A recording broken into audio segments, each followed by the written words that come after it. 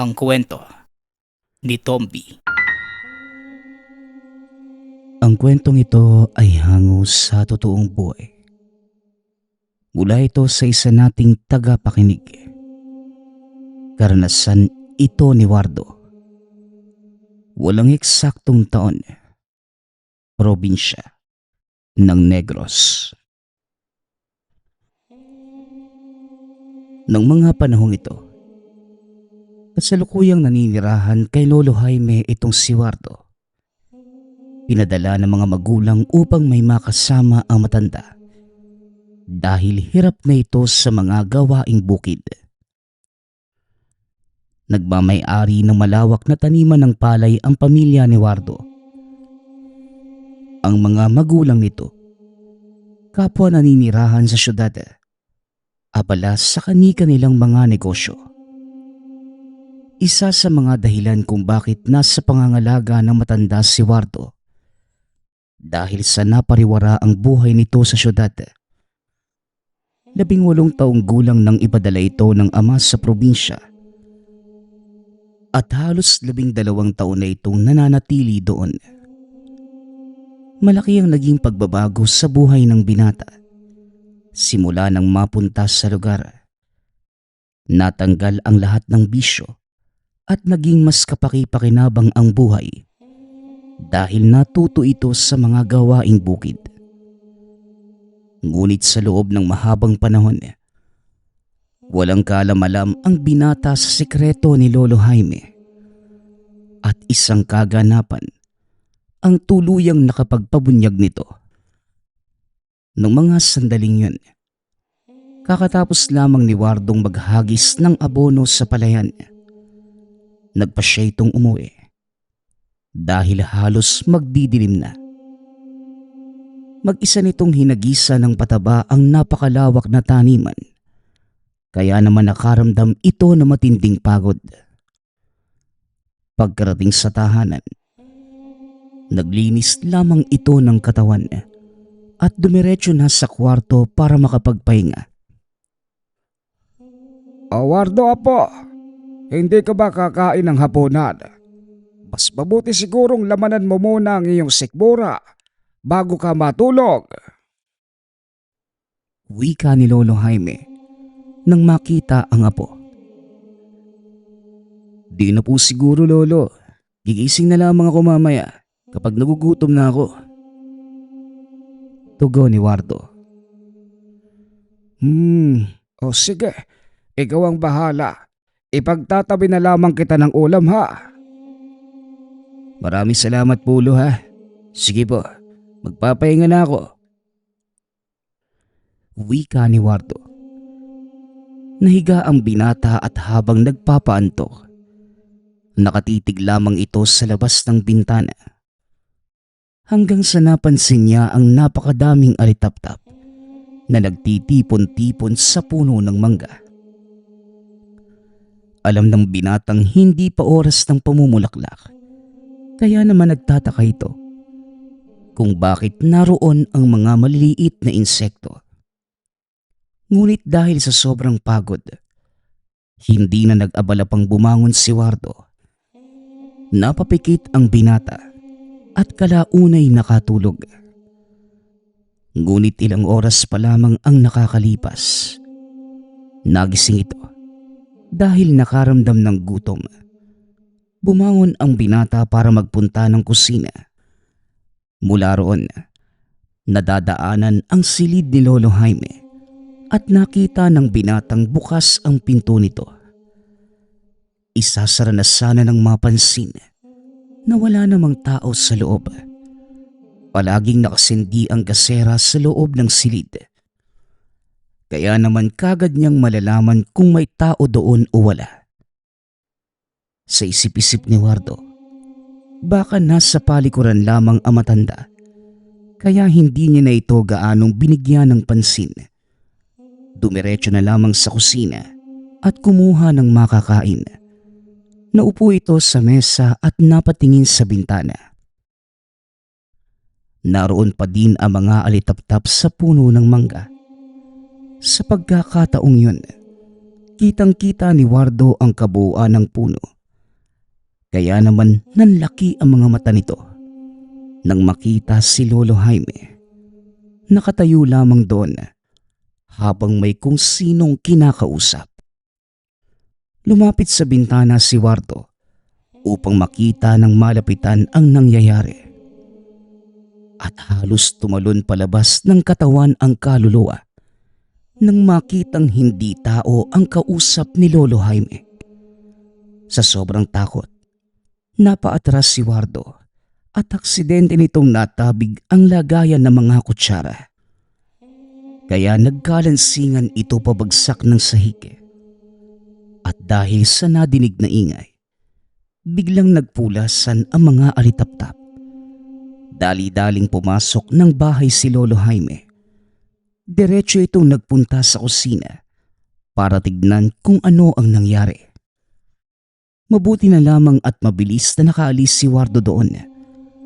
Dinala nito ang kinuhang pagkain sa kwarto upang hindi malaman ng matandang siya ang may gawa ng ingay. Pesteng mga pusa ito ha. Hanggang dito ba naman sa kusina nagkakalat kayo? Ay nako, naudlot na tuloy yung pakikipag-usap ko sa kaibigan ko. Baka pagpahinga na nga lang, madaling araw na pala eh. Wika ni Lolo Jaime. Tahimik namang nakikinig si Wardo sa silid.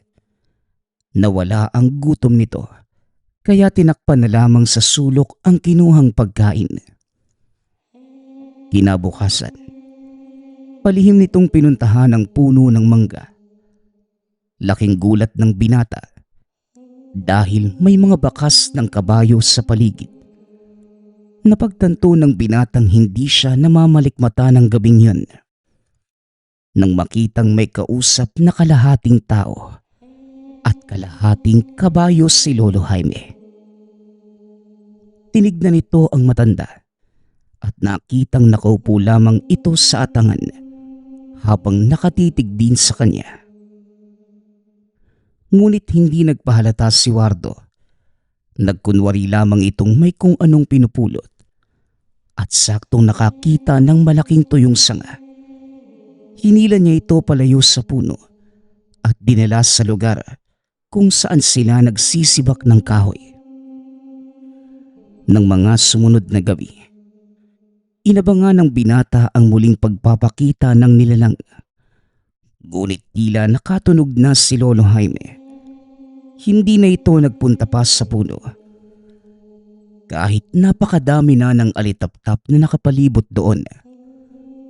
Nagpatuloy ang ganong gawain ni Wardo hanggang sa punahin na ito na matanda dahil napapadalas ng nakikitang nakatayo sa ilalim ng puno ng mangga kahit wala naman itong ginagawa doon.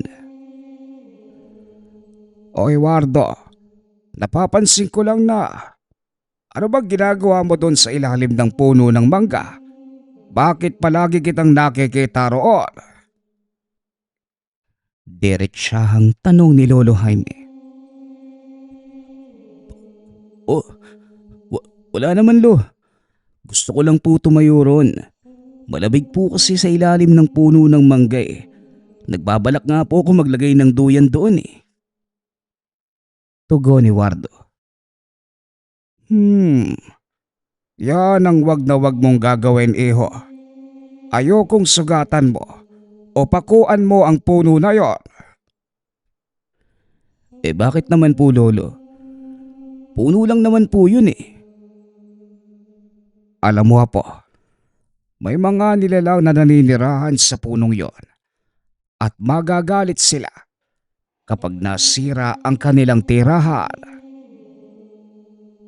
Nilalang lolo? Kagaya ng mga tikbalang? Tanong ni Wardo.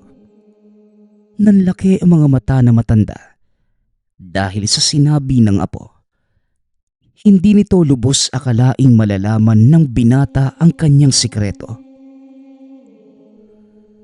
Kung ganon, alam mo na pala. Siguro ikaw ang may gawa nung ingay nung nakaraang gabi ano? Tugon ni Lolo Jaime. Ako nga po, at nakita kong may kausap kayong tikbalang.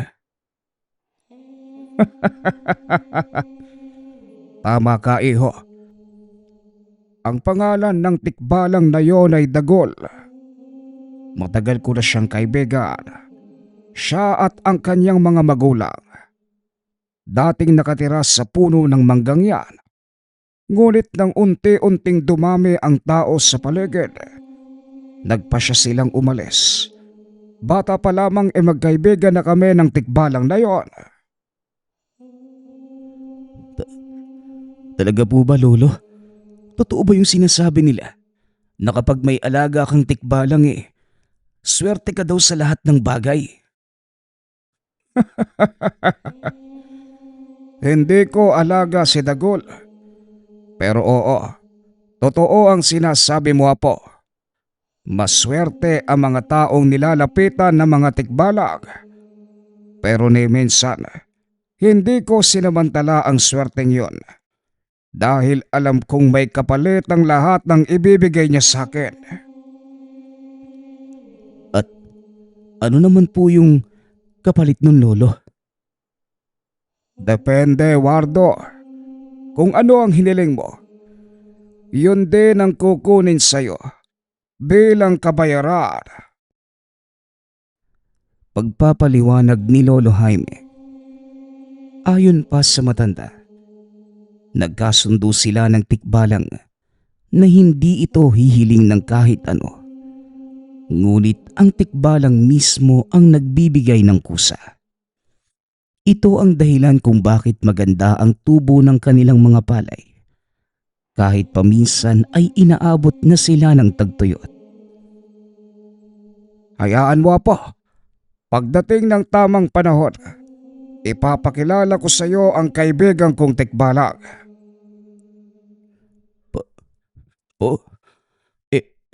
Baka matakot siya sa akin. O hindi naman kaya saktan niya ako. Nakakatakot pa naman yung lakas ng mga yan pag nagagalit sila. Oo, Apo. Tama ka. Nakakatakot nga sila. Pero wag kang mag-alala dahil hindi naman mapanakit si Dagol. Mabait siya at kadalasan gustong makipaglaro. Kaso nga lang, hindi ko na kayang tumakbo. Pero Lolo, hindi ka ba nag-aalala na baka balang araw may makakita sa iyong nakikipag-usap sa ganong uri ng nilalang? Hindi naman, Apo. Bakit naman ako mag-aalala? Alam ko naman na walang makakakita sa kanila. Maliban sa akin.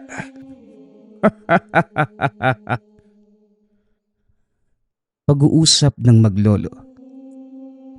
Naging mapayapa naman ang pamumuhay na matanda sa loob ng mahabang panahon.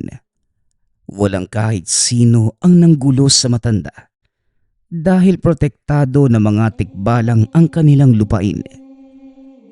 Ngunit isang hapon, may mga taong naligaw sa kanilang lugar. Nakita mismo ni Lolo Jaime na may dalang baril ang mga ito. At batay sa mga kasuotan, mga mangangaso ang pangkat na yun. Dali-daling tumayo ang matanda para bigyan ng babala ang mga kalalakihan. Ngunit sa kasamaang palad, hindi nakinig ang mga ito. Pasensya na mga iho. Pero pribadong lupain ang balak niyong pasukin Wika ni Lolo Jaime. At sino naman ang nagsabi sa iyo, tanda? May permiso kami galing sa munisipyo para mangaso rito. Permiso? Kailanman hindi nagbigay ng pahintulot ang pamahalaan na mangaso sa kahit saang gubat, lalo na sa mga pribadong lupain. Teka, sino ka ba, tanda? Alam mo, mabuti pa. Umuwi ka na lang at magbanyas ka ng lana sa tuhod mo. Huwag mo nga kaming pakialaman kung ayaw mong masaktan. Banta ng lalaki. Matapos ay itinulak nito si Lolo Jaime. Sakto namang paparating si Wardo, kaya kitang-kita nito kung paanong matumba ang matanda. Hoy kayo, tigil nyo nga yan. Di na kayo naawa sa matanda. Sino ba kayo? At anong ginagawa nyo rito? Lupa namin to ah. Wala akong pakialam kung aninong lupa to. Mga ngaso kami sa kagubatan at kahit saan mang gustuhin namin. At papatayin namin ang lahat ng hayop na kayang patayin ang dala naming mga baril. O baka gusto mong ikaw ang maging unang biktima ko, bata? Matapang lang naman kayo. Dahil may dala kayo mga baril eh. Bakit hindi nyo yung bitawan? Tignan natin kung hanggang saan ang tapang nyo. Gusto kita, bata. Matapang ka.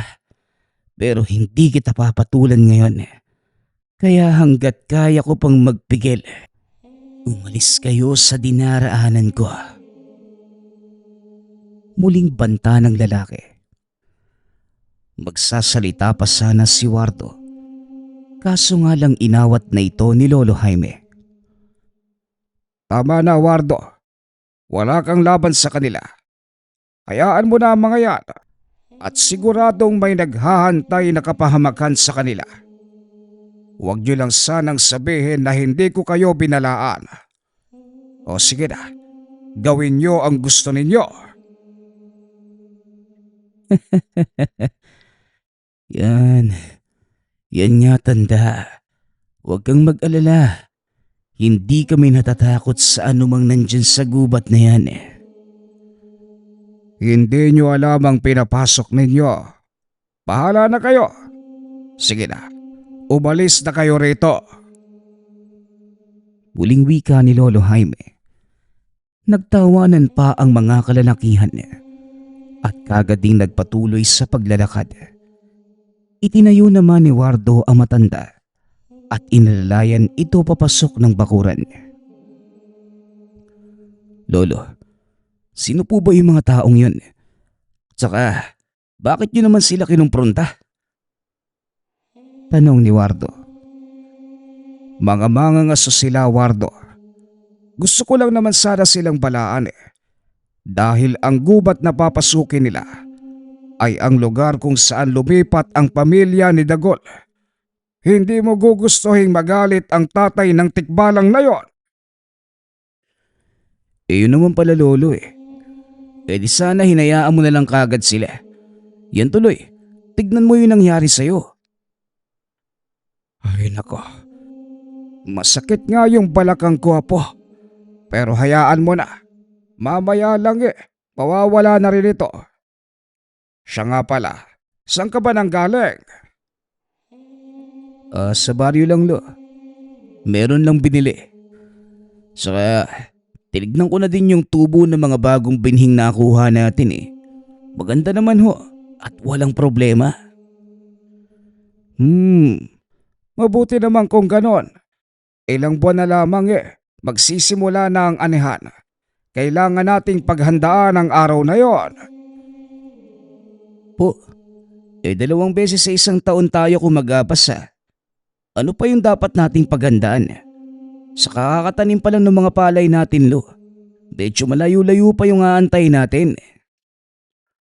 Hindi naman ang mismong gapasan ang kailangan nating paghandaan, kundi ang araw kung kailan ito nagsisimula.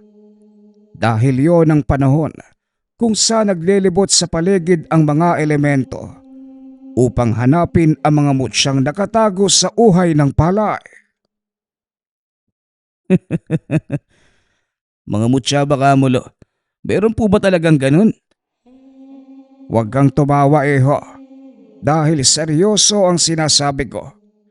May mga mutya na lilitaw sa pagsisimula ng buwan ng kapasan. At yun ay 2 o 3 buwan mula ngayon. Lolo, bakit naman po kailangan nating paghandaan yung araw na yun? Nangako sa akin si Dagol na kukunin niya ang mutya ng bigas para sa akin. At kahit anong gawin kong pagtanggi, wala akong magagawa. dahil buo na ang pasya ng tikbalang na yon. Kagaya mo matigas din ang ulo ni Dagol at siguradong magkakasundo kayong dalawa. Di ko lang alam lo ha, pero sana nga. Pag-uusap ng dalawa. Hanggang sa lumipas ang ilang araw, wala namang nangyaring kakaiba. Patuloy pa ding inaabangan ni Wardo ang muling pagpapakita ng tikbalang. Ngunit hindi na ito lumitaw. Ilang linggo pa ang nakalipas.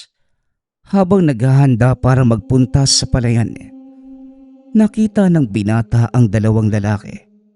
Nakasuot ito ng uniforme ng mga sundalo. Huminto ang mga ito sa harapan ng tahanan ni Lolo Jaime. Kaya naman hinarap sila ng binata. Magandang umaga po. Ano po ba ang sadya nila? Tanong ni Wardo sa dalawang sundalo. May hinahanap kaming grupo ng mga mangaso. May nakapagsabing nagawi daw sila banda rito Baka may nakita kayo. Yung isa sa kanila, may malaking pilat sa kanang pisngi. Tugon ng sundalo. Naalala naman ni Wardo ang mga kalalakihang nanakit kay Lolo Jaime. Kaya naman hindi ito nag-atubiling magsalita. Ang totoo nga po niyan, meron nga.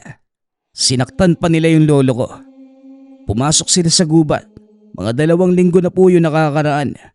Hindi pa namin sila nakitang lumabas simula nun ganun ba? Mga kriminal na pinaghanap ng batas yung pangkat na yun Partikular na yung sinasabi kong may pilat sa pisngi. Nestor yung pangalan niya. At sa oras na makita nyo sila, ipagbigay alam nyo kagad sa bayan ha. May malaking pabuya sa tao makakapagturo o makakahuli sa kanila. Kaya kung gusto mo makuha yung gantimpalang yon, huwag kang magdalawang isip na magsalita, boy ha. Sige po, sasabihan ko po kagad kayo kung sakaling mamataan ko sila dito sa lugar namin. Wika ni Wardo. Matapos ang pakikipag-usap, umalis na ang dalawang sundalo. Nagpatuloy naman sa ginagawa si Wardo.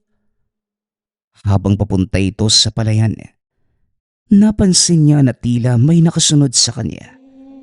Kaya naman pahinto-hinto ito sa paglalakad. Pinakiramdamang maigi ni Wardo ang paligid. Ngunit wala naman itong nakikitang tao. Ilang sandali pa ay narating na ng binata ang palayan. Nakita nito na ang ilan sa katabi nilang mga taniman nagsisimula ng manilaw. Isa itong hudyat ng pagsisimula ng anihan. Habang nagtatrabaho sa palayan, napansin ng binata ang pangkat na mga kalalakihang naglalakad sa pilapil. Malayo pa lang, namukaan na niya ang mga ito. Kaya dali-dali siyang nagtakip ng muka. Nang makalapit ng husto ang pangkat, dito na sigurado ng binata na ito nga yung grupong nanakit kay Lolo Jaime at ang taong pinaghahanap ng mga sundalo. Hindi nagpahalata si Wardo. Nagpatuloy lamang sa pagtatrabaho hanggang sa makalampas na sa kanya ang mga kalalakihan. Alam ng binatang dadaan sa bahay nila ang mga ito, kaya dali-dali siyang umuwi sa takot na baka saktan na naman nila si Lolo Jaime. Ginamit ng binata ang daan sa kagubatan dahil mas mabilis niyang mararating ang tahanan sa pamamagitan ng daang yun. Ilang sandali lang ay nasa bakuran na ng kanilang tahanan si Wardo. Nakita nitong nakaupo ang matanda sa atanga ng bahay. Lolo, pumasok na po muna kayo. Dadaan na naman dito yung mga mangaso Wika ni Wardo. Apo, huwag kang mag-alala. Hindi na nila ako sasaktan. Kaya kumalma ka lang. Tugon ng matanda. Hindi mapakali si Wardo dahil nararamdaman itong may panganib na darating. Naupo sa tabi ni Lolo Jaime ang binata habang hinihintay ang pagdaan ng mga kalalakihan. Ilang sandali pa, narinig na nito ang mga tawanan at usapan ng pangkat. Wasted kasi yung matandang humarang sa atin eh. Minalas tuloy tayo. Hindi ba? Malapit lang naman dito yung bahay nun eh. Bakit hindi natin turuan ng leksyon eh? Wika ng nagngangalang Nestor. Napalingon ito sa kinaroroonan ng bahay ni Lawardo. Nakita ang dalawang nakaupo sa atangan. Walang pagdadalawang isip na sinipa ng lalaki ang koral at tuloy-tuloy na pumasok sa bakuran. Aba, mabuti naman at nakita ulit kita, tanda. Alam mo bang dahil sa'yo, minalas kami ng mga kasama ko. Wala kaming nahuli ni isang maliit na ibon. Wika ni Nestor. Mabuti nga at yan lang ang kamalasang sinapit ninyo. Pasalamat pa din kayo at nakababa kayo ng buhay. Tugon ni Lolo Jaime. Teka, anong sinabi mo? Talagang matalas yung dila mo, no? Gusto mo bang masaktan, tanda? Banta ng lalaki. Hinila nito ang kwelyo ng damit ni Lolo Jaime at pilit itong itinatayo. Sabay tutok ng baril sa ilalim ng baba ng matanda. O ikaw, bitawan mo nga ang lolo ko. Kung gusto mo ng away, ako ang harapin mo. Mano-mano, hindi kita uurungan. Wika ni Wardo. Nilingon ng lalaki ang binata at ngumiti sa kanya ng nakakaloko. Kung sa bagay, matagal na din akong hindi nakakapagbanat ng katawan eh. Kung talaga matapang ka, o sige, pagbibigyan kita. Pero siguraduhin mo lang na maaaliw ako sa'yo, ha? Wika ni Nestor. Nagtawanan ang mga kasamahan ng lalaki. Inilapag nito ang baril sa lupa at nagtanggal ng kasuotang pang-itaas. Bagaman kabado si Wardo, kinakailangan niya itong gawin para lamang mailigtas ang matanda. Wardo, apo, wala kang laban sa taong yan. Masyadong malaki yung pangangatawan niya kung ikukumpara sa'yo. Tumigil ka na lang, bawiin mo na ang hamon mo at humingi ka na lang ng tawad. Wika ni Lolo Jaime. Hindi, Bulo. Nakalimutan mo bang dating sangganon sa syudad ang apo mo? At hindi ang mga taong kagaya nito ang makakapagpaatras sa akin. Tugon ni Wardo. Sa hindi malamang kadahilanan, tila biglang tumapang si Wardo. Nakaramdam ito ng kakaibang init sa katawan. Nagsimulang lumapit ang lalaki sa kanya at walang pagdadalawang isip na sumugod. Nagulat si Wardo dahil biglang may bumulong sa kanya na umilag pa kanan. Kusa namang sumunod ang katawan nito, dahilan para hindi makatama ang kalaban. Muling umatake ang lalaki at sa pagkakataong yun, muling nailagan ng binata. At ngayon naman, yumuko ka! Muling wika ng tinig. Sinunod naman ito ng binata at muling nailagan ang atake ng kalaban. Sino ka? Nasaan ka? Wala nang oras para dyan. Sundin mo lamang ang sinasabi ko. Mamaya na ako magpapakilala sa'yo. Tumingin ka sa mga mata niya para makita mo ang susunod niyang gagawin. Tugo ng tinig. Muli na namang sinunod ng binata ang sinabi ng boses. Napagtantong tama ito dahil nababasa ni Wardo ang susunod na galaw ng kalaban. At ngayon naman, subukan mong puntiryahin ang kanyang baba. Suntukin mo ito ng buong lakas. Hindi mo kailangang magpigil, pero antayin mo siyang makalapit ng husto bago mo gawin. Mas matangkad sa iyo ang taong yan. Mapapakawalan mo ang buong lakas ng suntok na yan mula sa ibaba. Naghintay ng pagkakataon si Wardo na makalapit ang lalaki sa kanya bago nito pinakawalan ang matinding suntok. Natigil sa pagtawa ang mga kasamahan nang makitang bumulagtas sa lupa at nawala ng malay ang kanilang pinuno.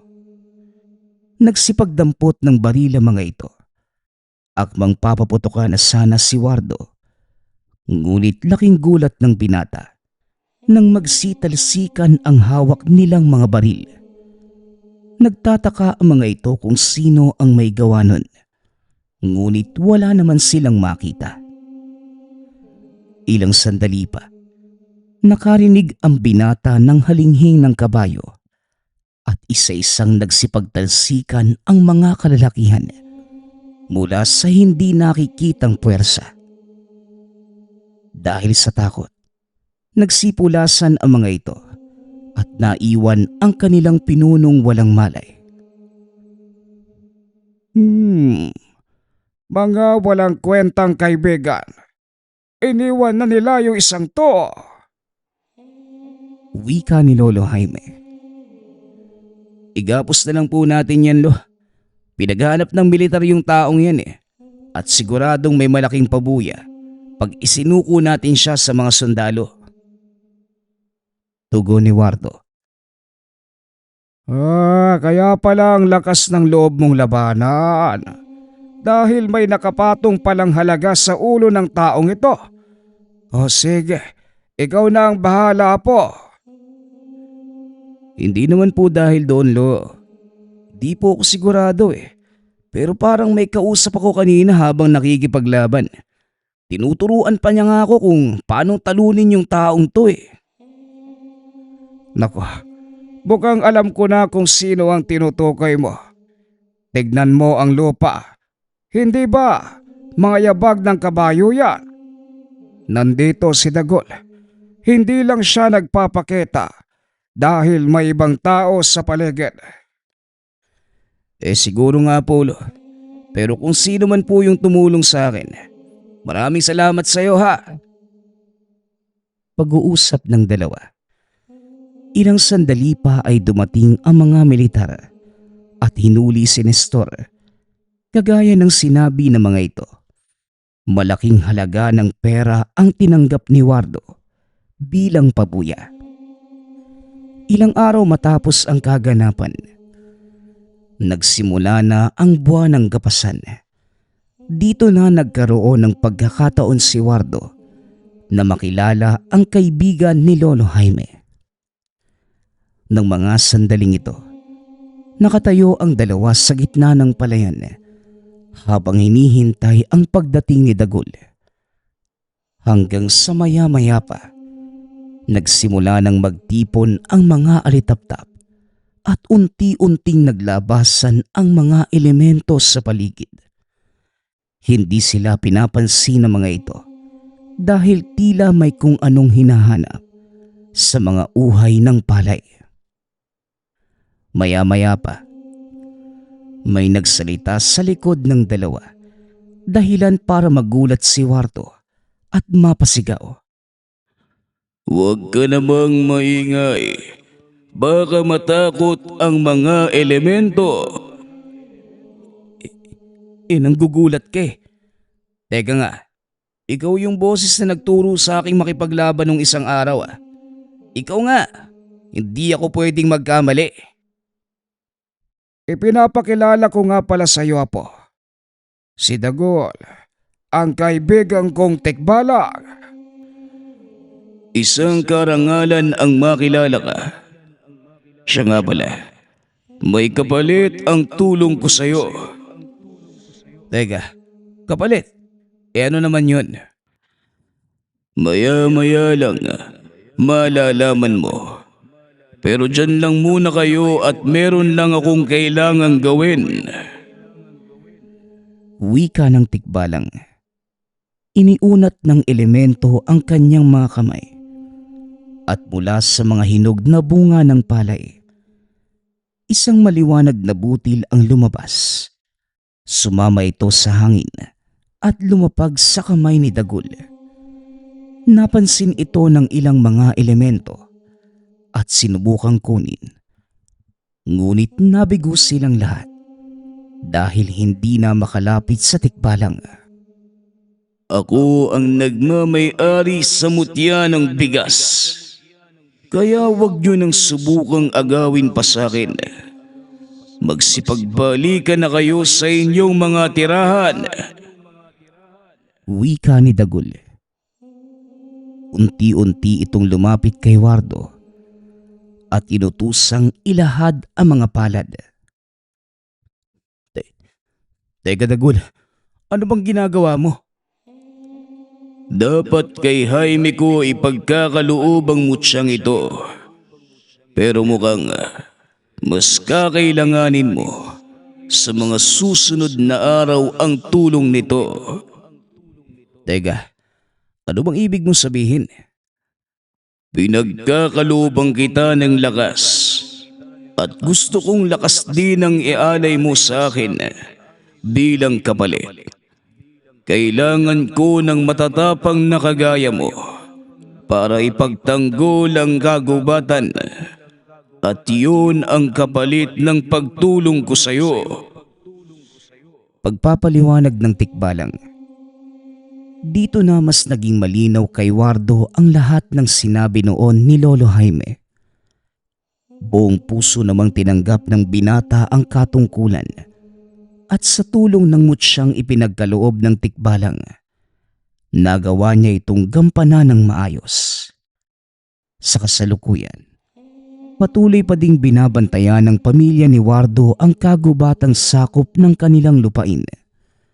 Ipinagpatuloy ng mga ito ang sinimulan ng kanilang mga ninuno. Bagaman wala na si Wardo para ikwento ang mga nangyari, nag-iwan naman ito ng alaala sa kanyang mga apo. Isang tala-arawang pinagmula ng kanyang kasaysayan. Totoo nga na minsan, mapagbiro ang tadhana. Hindi natin alam kung ano ang kapalarang nag-aantay sa atin. Kagaya ng tampok nating karakter na si Wardo. Sino ang mag-akala na ang patapon niyang buhay ay mababago at magiging kapaki-pakinabang para sa iba? Walang sino man ang nakakaalam ng plano ng tadhana para sa atin. Kaya hayaan mo lang na dumaloy ang lahat at subukan mong sumabay sa agos. Ngunit habang nagpapalutang-lutang ka sa agos ng buhay, sabayan mo din ang pagsagwan nang sa ganun, mas mabilis mong marating ang iyong paroroonan. Sumainyo ang kwento ni Wardo at ng gabay niyang tagabantay. Natikbalang. Ang susunod nating kwento ay mula sa isa nating tagapakinig. Naitago na lang natin sa pangalang Luis. Walang eksaktong taon. Probinsya ng Leyte. Bunso si Luis sa 3 magkakapatid.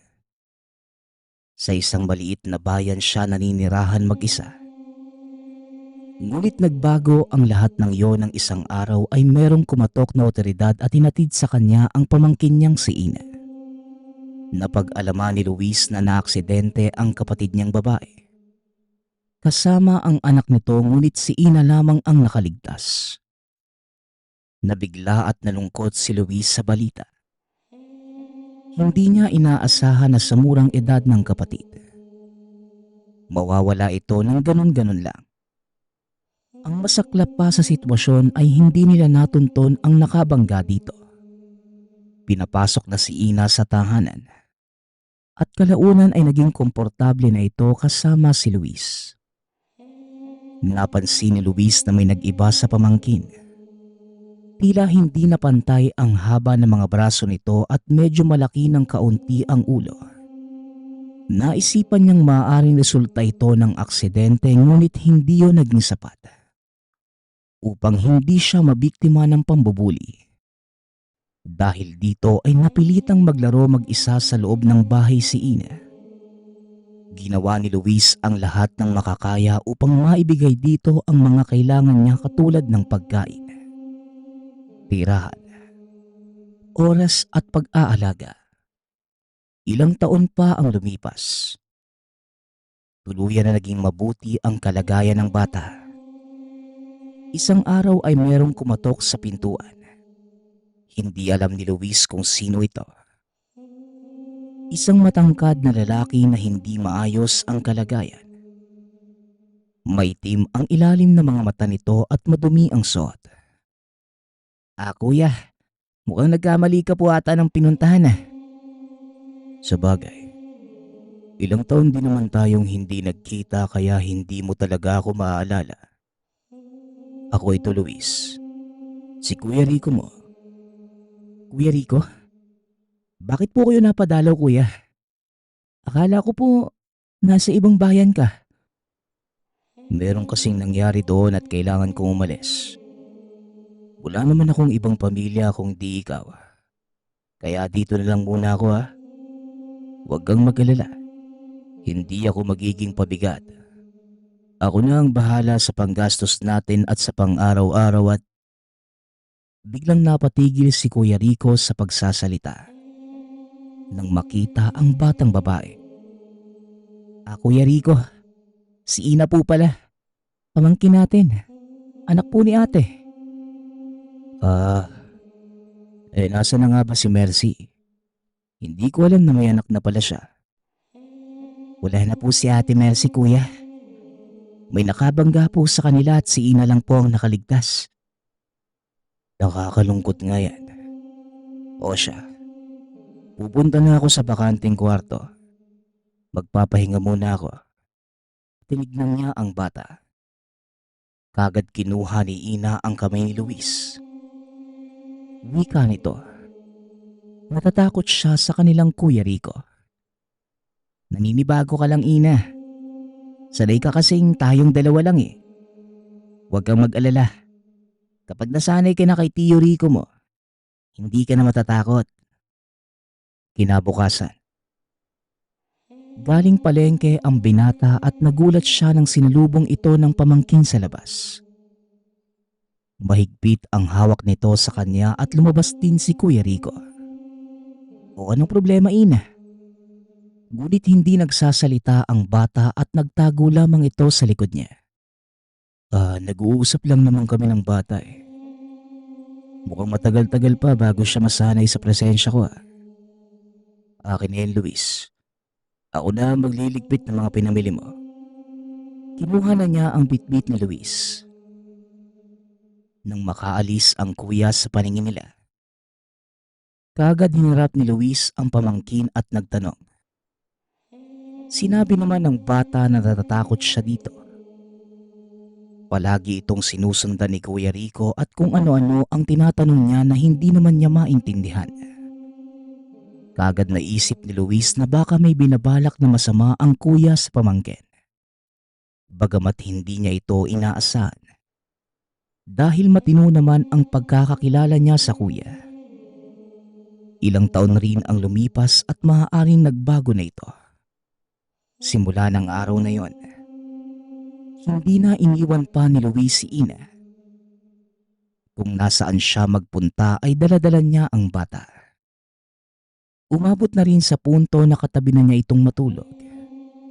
Dahil sila sabi ng bata na binubuksan daw ni Kuya Rico ang kwarto niya tuwing gabi.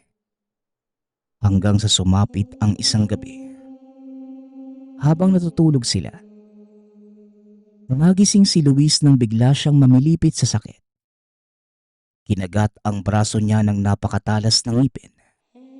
Kaya kagad itong nagising. Pagkakita niya ay si Ina ang kumagat sa kanya. Kanina pa kita ginigising, kuya. Buti naman at nagising ka na. Si Kuya Rico po, pumasok po dito kanina. Nagtataka si Luis dahil alam naman ng pamangkin na hindi siya nito kailangang kagatin. Dahil mabilis lamang itong magising. Kaagad hinanap ni Luis si Kuya Rico. Ngunit pagtingin niya ay nakita niya itong natutulog sa kabilang kwarto. Kinabukasan, narinig niya ang pagsigaw ng pamangkin. Dali-dali niya itong pinuntahan at dinala sa klinika. Ngunit wika ng tagagamot na wala namang problema ang bata. Nang gabing yon, muli na namang sumisigaw ang bata at namimilipit sa sakit. Kaagad niyang hinanap si Kuya Rico. At makalipas ang ilang sandali ay natuntunan niya kung nasaan ito. Nasa liblib na parte ito ng gubat. Nagsasalita ng napakabilis at lingwaheng hindi pamilyar sa kanya. Kaagad niya itong nilapitan upang manghingi ng tulong. Pero napaatras siya nang makitang nakatirik ang mga mata nito na tila sinasapian. Bumalik si Luis sa loob ng tahanan at hinanap ang pamangkin. Muli niya itong dinala sa klinika ngunit ang sabi ng tagagamot na walang problema ang bata. Bagamat nababahala siya sa mga pangyayari. Nawala naman ito sa isip niya nang lumipas ang ilang araw. Nawala ng masamang nararamdaman ito. Pwera na lamang kay Kuya Rico. Kinumpronta na niya ang kuya kung meron itong ginagawa o binabalak gawing masama sa pamangkin. Huwag na itong ituloy pa at umalis na lamang siya. O ipapapulis na niya ito.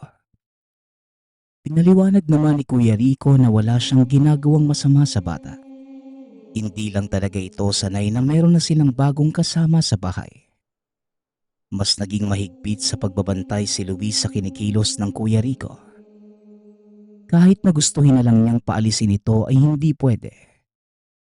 Dahil bahay ito ng mga magulang nila.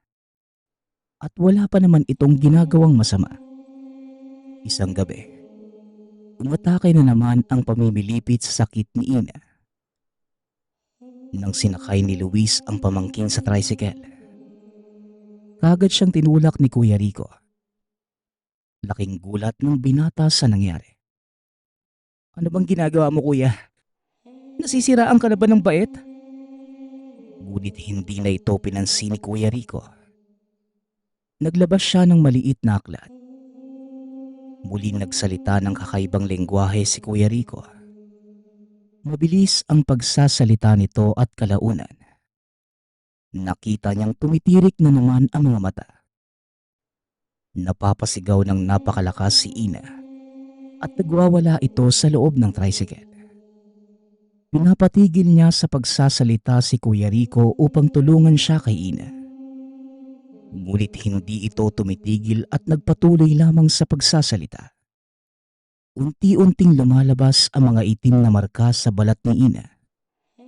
Hanggang sa tuluyan na itong umitip. Naging pula ang mga mata nito at unti-unting lumabas ang sungay sa noo. Hindi tumitigil sa pagsigaw si Ina. Hanggang sa yung dating bata, tuluyan na itong nagbago ng anyo. Hindi makapaniwala si Luis sa nakikita. Tumigil na sa pagdarasal si Kuya Rico at pinaliwanag niya ang mga nangyari. Nung unang pagkakita ko pa lamang sa tinuturing mong pamangkin, alam ko kagad na hindi ito tao. Sa ilang taong nawala ko, nakaengkwentro ako ng iba't ibang nilalang kaya alam ko kung paano sila kontrahin. Alam kong hindi ka maniniwala sa akin kung sinabi ko sa iyo ito noon pa. Kaya hinintay kong lumabas ang tunay na anyo ng nilalang para ikaw mismo ang makakita. Hindi alam ni Luis kung ano ang sasabihin o kung ano ang gagawin. Nanatili sa anyo ang nilalang at tumakbo ito. Hinabol ni Kuya Rico ang elemento at naiwan si Luis. Nabigla pa rin siya sa mga pangyayari. Lumipas ang ilang sandali at bumalik na si Luis sa sarili. Kaagad niyang hinanap ang kuya at makalipas ng ilang oras, natagpuan na niya ito. Lumayo ka. Huwag kang lalapit, Luis. Ako na ang bahala dito. Umuwi ka na lang. Nagpatuloy lang ito sa pagdarasal. Naglabas ng kung ano nung mga gamit si Kuya Rico. Tila mga agimat ito at tinignan muli ni Kuya Rico si Luis.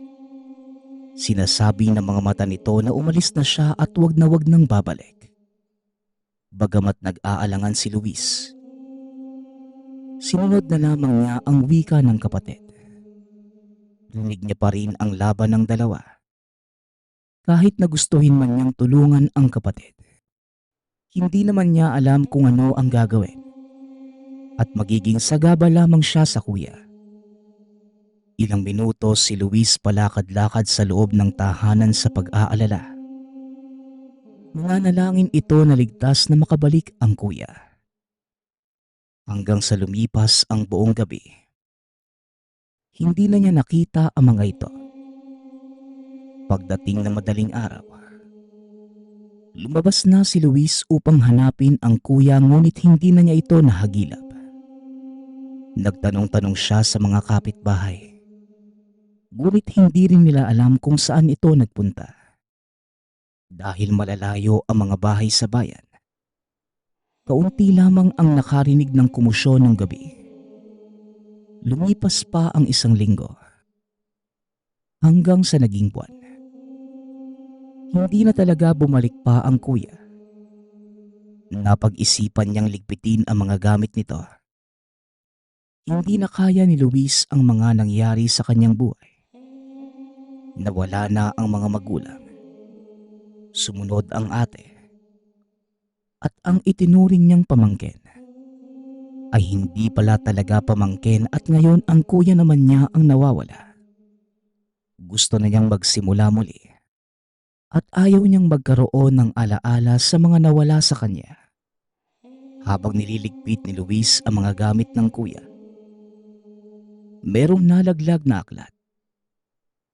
Nung pinulot niya ito ay nalaglag ang isang nakatuping papel.